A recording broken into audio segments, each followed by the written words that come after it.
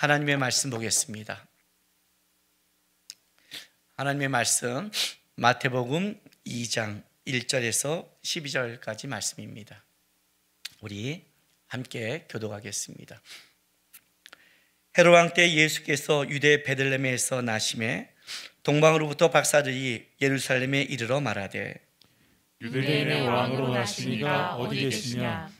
우리가 동방에서 그의 별을 보고 그에게 경배하러 왔노라 하니 헤롯 왕과 온 예루살렘이 듣고 소동한지라 왕이 모든 대제사장과 백성의 서기관들을 모아 그리스도가 어디서 나겠느냐 물으니 이르되 유대 베들레헴이오니 이는 선지자도 이렇게 기록된 바 또 유대 땅 베들레헴아 너는 유대 고을 중에서 가장 작지 아니하도다.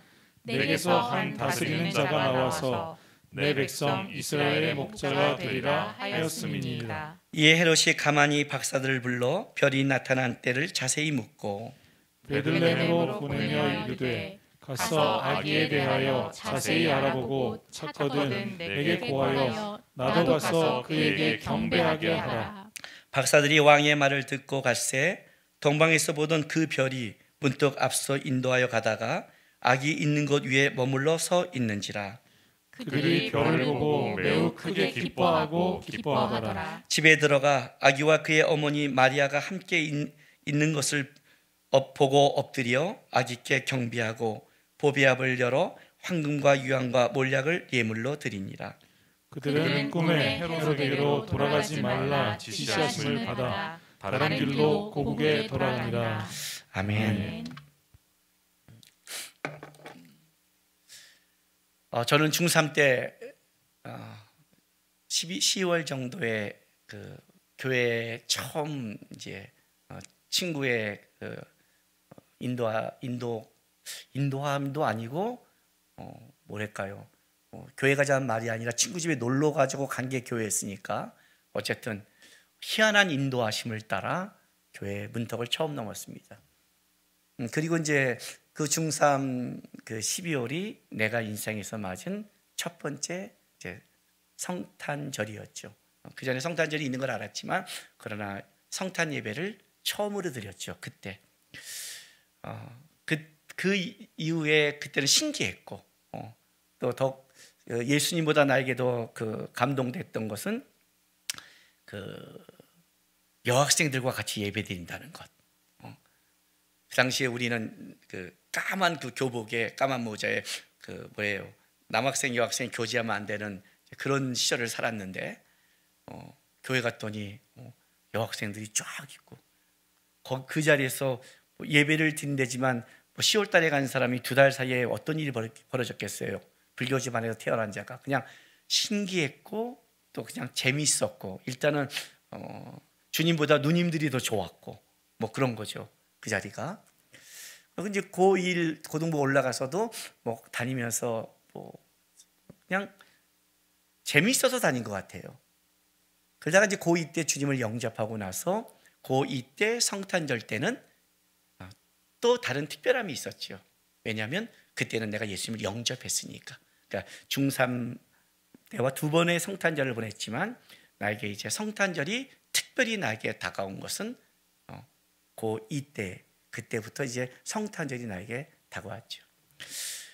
그러면서 이제 성경을 보면서 이제 여러 가지 성탄절의 기사와 내용을 들었어요. 그 전에도 교회를 안 다녀도 알고 있었던 거는 뭐예요? 동방박사 이야기는 알고 있었어요. 뭐 크리스마스 카드니까 우리 때는 성탄절 카드를 직접 그려서 팔기도 하고 아르바이트로 그때는 붙일 때니까 저도 그 청년 때 그 그려서 아르바이트하고 판 적도 있거든요. 그때 꼭 나오는 게 이제 동방박사 이야기예요. 별을 보고 따라가는. 그래서 꼭 카드에는 별이 있었고 동방박사 사막에 걸어가는 것. 예수님을 안 믿을 때에도 그 카드는 이제 그런 거를 쓰기도 했어요. 왜냐하면 동방박사 얘기는 알고 있는 거니까. 그 전에는 하나의 이야기 같은 이야기가 예수님을 믿고 나서는 이야기가 아니라 예수님을 바라보고 그 별을 따라오는 이방인들의 신앙과 헌신. 그들은 어떤 마음으로 별을 보다가 어떻게 그 별을 느꼈고 어떻게 모든 걸 내려놓고 지금처럼 비행기 타고 하루 한 달 사이도 아닌 갈 바를 알지 못하고 언제 만날지 모르는 그 길을 그들은 어떻게 따라갈 수 있었을까? 그런 걸 보면서 만약 하나님이 내 인생 속에 어떤 징조를 보인다면 남 이들처럼 내려놓고 쫓아갈 수 있을까? 이제 이것은 하나의 나에게 있는 옛날 이야기가 아닌 뭐예요? 나에게 다가온 신앙의 고백의 이야기가 된 거예요. 그게 나에게 처음 접한 동방박사 이야기입니다. 올 성탄절에 뭘 하나님의 마음을 나눌까 고민하는데 제가 딱 하나님 앞에 뭘 할까요? 하고 하는데 너무 많이 했잖아요. 그죠? 성탄절마다 했으니 본문이 한정되어 있는데 그렇지 않아요? 참 고민스러운 거예요. 그렇다고 억지로 보고 나서 하기는 그런데 그걸 고민하는데 제가 밤중에 이제 고민하고 있는데 딱 뭐가 제 안에 가슴속에 다가왔냐면 별이었어요. 동방박사 이야기에 별을 보게 된 거예요. 지금은 이제 과학의 발전에서 점성술이 미신처럼 되었죠. 그러나 고대, 중세 이때만 해도 점성술은 굉장히 중요한 학문이었죠. 단순히 이렇게 점을 치는 걸 넘어서서 한 개인과 국가와 어떤 집단의 운명, 이 별에 있다고 보는 거예요. 그래서 서양이나 동양이나 그 별에 대해서는 똑같이 있어요. 우리 위대한 사람이 태어날 때 동양이나 서양이나 큰 별이 빛나고 또 위대한 사람이 죽을 때는 별이 지고 이런 얘기 굉장히 많잖아요. 신화에도 많고 굉장히 많아요. 그건 무슨 말이냐면 모든 사람들이 별을 바라보면서 느끼는 경외감과 그 별을 보면서 느꼈던 것이 공통적인 게 있었다는 거예요.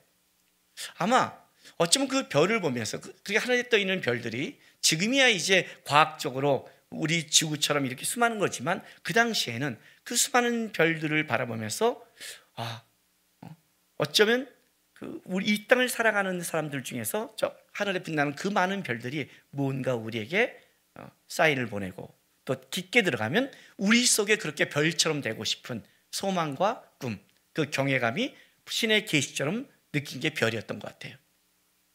지금도 이제 이 별 갖고 그런 말 하잖아요. 스타가 된다든지 또 환상을 보고 기도해 주는 사람들이 그러잖아요. 너를 보면 별이 이끄심을 보여. 이렇게 말하면 우리는 굉장히 좋아하잖아요. 그렇죠? 그러니까 별에 대한 어떤 인간의 경외감이 있는 거예요. 그래서 그 당시에는 점성술이 굉장히 발전했죠. 또한 그런 것 통해 오늘 동방박사의 이야기는 단순한 어떤 과학적인 걸 넘어서 하나님은 진짜 일하시기도 한 거죠. 이 별은 진짜 하나님이 특별히 예수님의 탄생을 위해 그 당시에 어떤 별을 불태웠는지는 모르지만 적어도 하나님의 초자연적 역사 속에 빛나는 별이었던 거예요. 동방박사들이 자기 개인과 나라 그런 거를 운명을 보기 위해서 별을 보다가 특별한 어떤 별을 보게 된 거죠. 그 별을 따라 너무나 특별하기에 그들은 그 별의 인도함을 따라 이제 출발하는 거예요. 그 별의 인도함이 처음부터 그들이 예수님을 유대인의 왕이 태어난 걸 보고 알고 가지는 못했어요.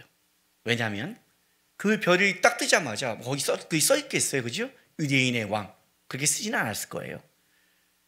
진짜 왕의 별이 이런 별이라면 특별한 별, 왕의 별이 뜬 거예요. 그래서 이거는 가서 경배해야 될 그런 왕의 별이라고 믿고 따라가는 거예요. 얼마큼 갈지 모르고 몇 킬로를 갈지 모르고 언제 돌아올지를 모르는 그 길을 가는 거죠. 나중에 예수를 만났을 때에도 그들은 다시 그 길을 또 그만큼 돌아오잖아요. 긴 길을 그들은 따라가고 있어요. 별의 인도하심을 따라가는 거죠. 따라가다 보니까 그 별이 어디로 인도하냐면 이스라엘로 인도해 간 거예요. 이스라엘로 인도해 갔고 가다가 그 별이 사라졌기에 이스라엘이니까 여기에 뜬 별이라면 유대인의 왕이라고 생각한 거죠. 유대인의 왕의 별이라고 생각하니까 헤롯궁으로 찾아간 거예요. 문제는 이거예요. 그 수십 일, 수백 일을 따라온 그 인도했던 그 별, 동방마술이 날마다 하늘을 보면서 별을 봤을 때 그 하나님이 그 별을 보여준 그들의 인도하심이 왜 그 별에 사라졌냐는 거예요. 왜? 우리 인생에도 그런 게 있거든요. 우리 인생에도 있어요. 하나님이 우리를 끌어가세요. 고백을 해요. 그런데 주님을 쭉 따라가다 보면 어느 순간 우리 인생 속에 별이 사라질 때가 있어요. 하나님의 인도하심이 끊길 것 같은 때가 있어요.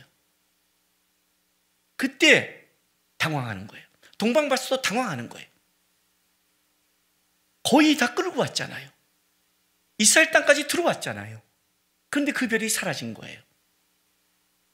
그래서 이 별은 왕의 별이니까 왕궁을 찾아가는 거예요.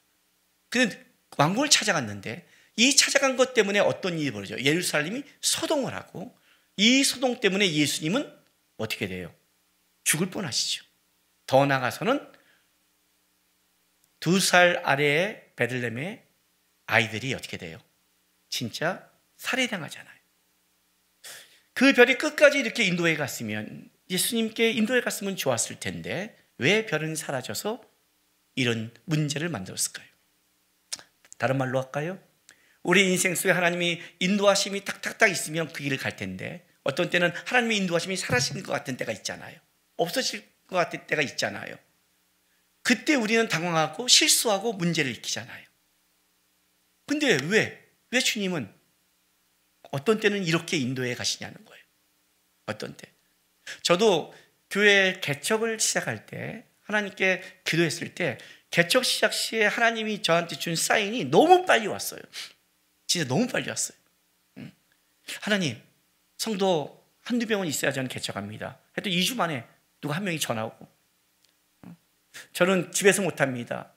조금만 내가 가서 예배할 어린이집이라든지 장소를 주십시오. 2주 안에 또 연락이 오고, 너무나 빨리 와서 야, 하나님이 진짜 이 길로 인도하는구나. 초기에는 너무 착착착 인도해 가더니 이제 개척해놓고 한 1년 지났더니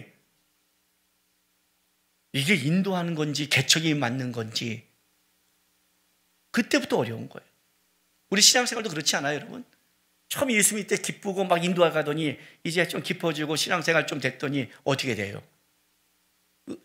표적도 없고 기도의 응답도 없고 하나님 날 사랑 안 하는 것 같고 그럴 때가 있잖아요. 우리 인생 속에 별이 사라진 것 같을 때, 나는 어디로 가야 될지 모를 때, 그리고 그 길을 갔더니 거기는 뭐예요? 더 끔찍한 문제와 사건을 일으킬 때, 그리고 인도에 간 자가 하나님이 준비된 자가 아니라 헤롯처럼 만나야 될, 아니 피하고 싶은 사람을 만나게 될 때, 그럴 때, 그때는 주님이 왜 이렇게 했을까? 고민스러운 거예요. 동방박사의 인도가 똑같았어요. 그런데 오늘 본문에 아주 재미있는 말을 해요. 자, 보세요. 마태복음 2장 2절부터 6절까지 제가 쭉 읽어줄게요. 유대인의 왕으로 나신 이가 어디 계시냐? 우리가 동방에서 그의 별을 보고 그에게 경배하러 왔노라 하니, 헤롯 왕과 온 예루살렘이 듣고 소동한지라 왕이 모든 대제사장과 백성의 서기관들을 모아 그리스도가 어디서 나겠느냐 물으니 이르되 유대 베들레헴이오니 이는 선지자도 이렇게 기록된 바 또 유대 땅 베들레헴아 너는 유대 고을 중에서 가장 작지 아니하도다. 내게서 한 다스린 자가 나와서 내 백성 이스라엘의 목자가 되리라 하였음이니이다. 이에 헤롯이 가만히 박사를 불러 별이 나타난 때를 자세히 묻고 베들레헴으로 보내며 이르되, 이렇게 말해요. 그리고 뭐라고 말하는지 아세요? 아기에 대하여 자세히 알아보고 찾거든 내게 구하여 나도 가서 그에게 경배하라 하고. 그죠? 요 말을 듣고 나왔더니 놀라운 게 벌어져요. 다시 별이 나타나요. 사라진 별이 나타나요. 그래서 10절 봐요. 그들의 별을 보고 매우 기뻐하더라 크게. 그렇죠? 그 사이에 뭐가 있는 줄 아세요, 여러분? 한번 생각해 보세요. 별을 보고 동방박사가 찾아가는 거예요. 근데 그 별이 어디로 끌고 갔냐면 왕의 별인 줄 알았는데 조그만 동네에 어떤 집 위에 별이 빛난다고 생각해 보세요.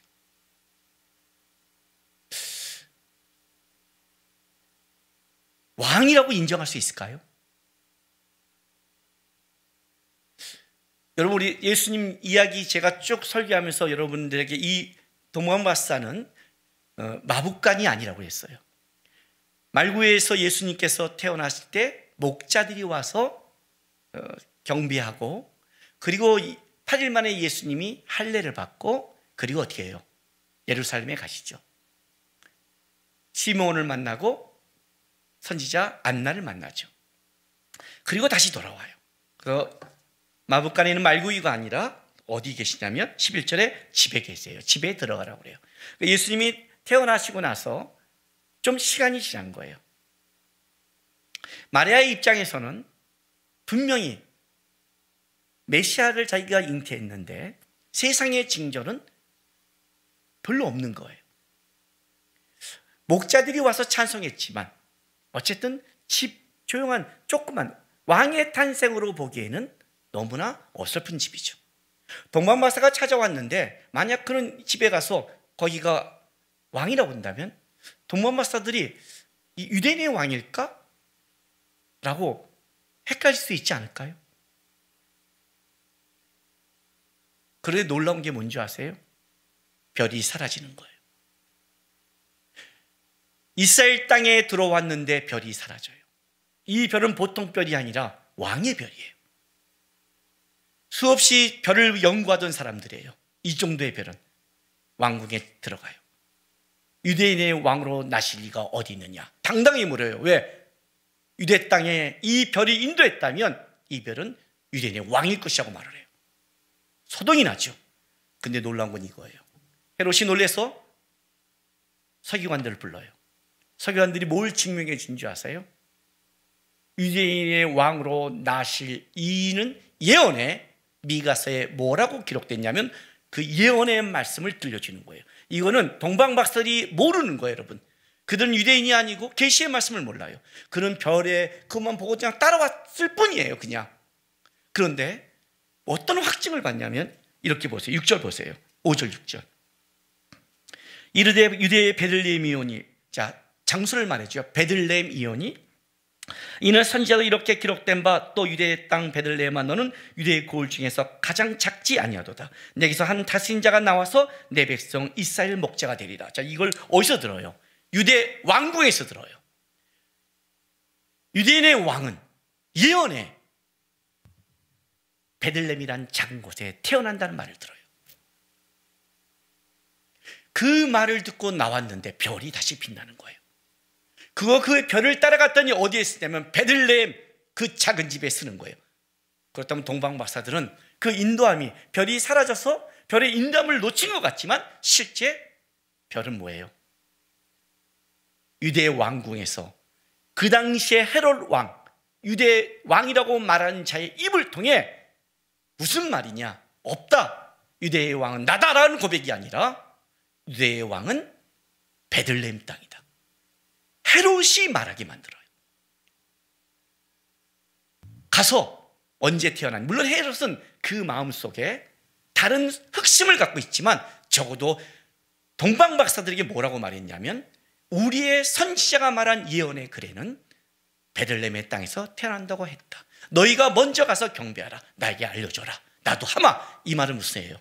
적어도 동방박사들에게 유대인의 왕은 거기 태어난다는 확증을 그의 입을 통해 현재 왕을 통해 말하게 만드는 거예요. 그 말을 듣고 베들레헴에 갔더니 어떻게 돼요? 베들레헴 땅에 별이 붙여요. 얼마나 확실한 징표예요, 여러분. 얼마나 확실한 징표. 이 징표처럼 동방박사들이 별을 따라가다 별이 사라져서 그들은 순간 헤매고 순간 들어가서 헤맸지만 사실은 더 정확한 계시의 말씀을 들었고, 그리고 나서 그 별의 인도함을 따라갔더니 바로 그 베들레헴 땅에 비치는 예언의 말씀의 성취를 더 분명하게 고백하게 돼요. 그래서 들어가서 자기의 시야로는 왕은 집에 태어나면 안 되지만 유대인의 예언에는 여기서 태어나신구나 하고 황금과 유압과 몰약을 드리는 거예요. 이 별을 보는데 이런 생각이 드는 거예요. 우리는 인생을 살아갈 때 수없이 주님의 인도함을 따라가는데 우리의 시야가 별을 분명히 보고 따라갈 때보다 별이 사라질 때를 우리는 더 많이 살면서 겪을 거예요. 어쩌면 이 코로나 발생의 이 상황 속에도 우리는 하나님의 인도함이 맞아. 아니, 인도하고 고백하지만 내 상황에는 별이 사라져간 같이 보이는 거예요. 오늘 제가 본문 제목을 이렇게 정했어요. 별이 사라질 때도. 나의 눈에, 내 인생에 별이 사라질 때도 실제는 주님은 더 정확하고 명확하게 인도해 가고 있는 거예요. 내 느낌을 보는 게 아니라 내 삶의 현재 상황은 주님이 어떻게 이렇게 이런 사람을 만나게 했어? 왜 내 삶을 이렇게 인도했어? 아니, 정확하게 그냥 인도했으면 내 안에 문제가 없을 텐데 그 순간에 왜 정확하게 말씀하지 않아서 나로 하여금 이런 어려움을 겪게 해? 우린 이렇게 말할 수 있지만, 그리고 이 불편함을 겪겠지만 이것 때문에 예수님도 어떻게 해요?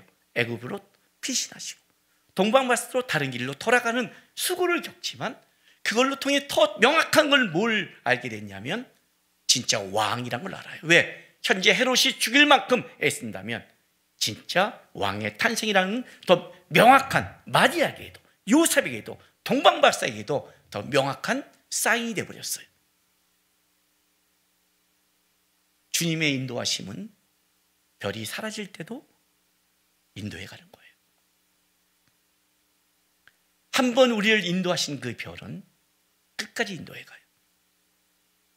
그 중간에 잠깐 사라진다는 것은 더 명확한 인도 때문에, 더 명확한 하나님의 역사 때문에 우리 안에 사라져 보일 때도 있지만 그때도 주님은 끌어가시고 있다는 것을 아셔야 돼요.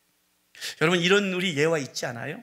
내가 천국에 가서 내 인생의 그 뒤를 바라봤더니 발자국이 2개 있었더라. 봤더니 하나는 예수님의 발자국이고 하나는 내 발자국이더라. 근데 어느 순간 봤더니 발자국이 하나밖에 없다고요. 근데 그때를 보니까 내가 인생에서 가장 힘들 때, 별이 사라져 보일 때, 그때였거든요. 그래서 예수님께 그렇게 말했죠. 예수님, 왜 그때 저 혼자 뒀어요? 내가 이때 얼마나 힘든 줄 아세요? 근데 뭐라 그래요 그때? 야, 이거 내 발자국이야. 내가 너 얻고 간 거야. 우리 이 예화 너무 잘 알아요. 그런데 이 예화 속에 우리가 아는 게 뭔지 아세요?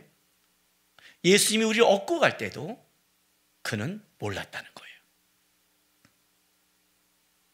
자기 발자국으로 착각을 한 거예요. 자기가 걸었다고 착각을 해요.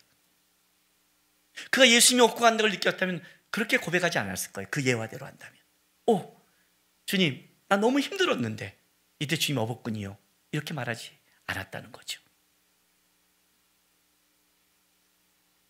우리가 모를 때가 있어요. 동방박사가 어디 갈지 모를 때가 있다고, 인생에. 내가 모른다고, 내가 느끼지 않는다고 주님이 인도하심이 없어진 게 아니에요. 주님이 없고 나를 가고 있어도 나의 지침과 나의 상함이 주님의 업힌지를 모르고 갈 때가 있다는 거예요. 성탄절날 주님이 오셨어요. 온 세상이 못 알아봐요. 빛이 오셨는데 못 알아봐요. 그게 우리의 실력이에요. 그러나 우리가 못 알아본다고 주님이 안 오신 것도 아니고 못 알아보신다고 주님이 역사하지 않는 게 아니라는 거예요, 여러분. 여전히 주님을 얻고 있고 여전히 인도하심이 있고 여전히 주님은 일하시고 있어요. 별이 내 눈에 사라져 보일 때도 그 인도하심은 여전히 가고 있고 더 명확한 우리의 하나님의 역사를 위해서 그 단계를 밟게 하시는 거예요. 별이 사라졌기에 동방목사는 더 확증을 받았어요. 사랑하는 주님께 성도 여러분, 어쩌면 지금 우리는 많은 사람들이 별이 사라져 보이는 시기를 살아가고 있는 것 같습니다. 내년을 맞는 것도 우울하고 지금까지 버티고 온 것도 지쳐 있는데 또 얼마를 버텨야 될지, 어디로 가야 될지, 뭐를 어떻게 살아야 될지 고민하고 아파하는 성도가 분명히 있을 겁니다. 고민하고 아파하지 않더라도 지금은 어떤 사람도 한 치 앞을 내다볼 수 없습니다. 백신이 나와서 내년 말에는 괜찮다고 우리는 희망적 소식을 갖지만, 그러나 또 부작용이 일어나기 시작한다면 모르는 겁니다. 우리 눈에는 별이 사라져 보입니다. 그런데 제가 성탄절에 받은 하나님의 메시지는 이겁니다. 너희의 눈에 분명히 별이 사라질 때가 있고 그렇게 느낄 때가 있다. 그리고 너는 그것 때문에 헤매서 어디로 갈지 모르고 잘못 그 길을 갈 수도 있다. 그리고 너는 헤롯왕같이 잘못된 사람을 만날 수도 있다. 그러나 그 모든 길을 그렇게 간다 해도 너는 하나님의 인도하심 속에 있다.